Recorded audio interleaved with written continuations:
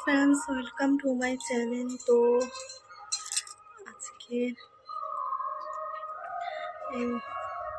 আজকের মা বাবা কেউ বাড়িতে নেই, মানে শ্বশুর কেউ বাড়িতে নেই, তো রান্না করার দায়িত্ব আমার পড়েছে। তো আজকে রান্না হয়েছে ডিমের ঝোল। তো চলো তোমাদের সাথে শেয়ার করি। আজকের রোদ্দুরটা দেখো কেমন, কতটা কড়া রোদ্দুর উঠেছে, জাস্ট দেখো। কিন্তু রাত্রে খুব ঠান্ডা পড়ছে, এই দেখো কড়া রোদ্দুর। আমি রান্না করছি এই ডিমের ঝোল হচ্ছে, আর উনুনে রান্না করছি। দেখো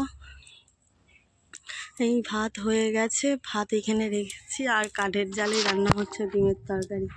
ডিমটা এখনো দেওয়া হয়নি, এবার দেব। আর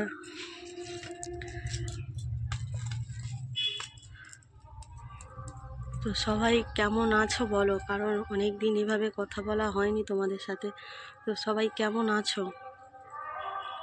আর এই প্রায় হয়ে গেছে ডিমের তরকারি, আর একটু বাকি আছে। আর আজকে মা রান্না করে জোড়া উনুনে, এই হলো জোড়া উনুন, এখানে রান্না করে। বাট সেখানে আজকে তো মা বাবা মাঠে দুজনে বীজ দিতে গেছে, তো ওই জন্য আর কি বললো, আমাকে রান্না করতে বললো। তো আমি রান্না করছি মাছের তরকারি না, ডিমের তরকারি আর ভাত। মাছের তরকারি আজকে করবো না, ওই জন্য ডিম দিয়ে তরকারি করছি।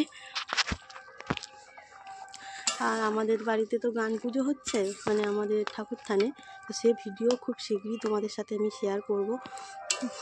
আর এই ডিমের তরকারি প্রায় হয়ে গেছে, এবার ডিমটা দেব, দেওয়ার পরে লাগিয়ে নেব।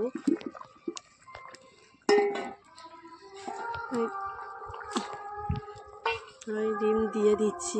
তোমরা বলো কিন্তু তরকারিটা কালারটা দেখে কেমন হতে, ভালো কি খারাপ আমি তো বলতে পারবো না, তোমরাই বলো কিন্তু কেমন হয়েছে তরকারি কালারটা।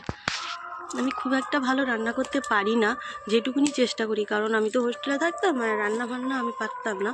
তো ওইটুভাবে যেভাবে হলেও শিখেছি। আর আমার রান্নাটা কেমন হয়েছে একটু মানে দেখে, কালারটা দেখে বলো কেমন হয়েছে। আর আমি তোমাকে বললাম তোমাদেরকে আগে যে আমি খুব একটা ভালো রান্না করতে পারি না, যেটুকুনি পারি চেষ্টা করি, কারণ আমি কোনোদিন রান্না করতাম না, আগে আমি হোস্টেলে থাকতাম। তো ওকে টাটা।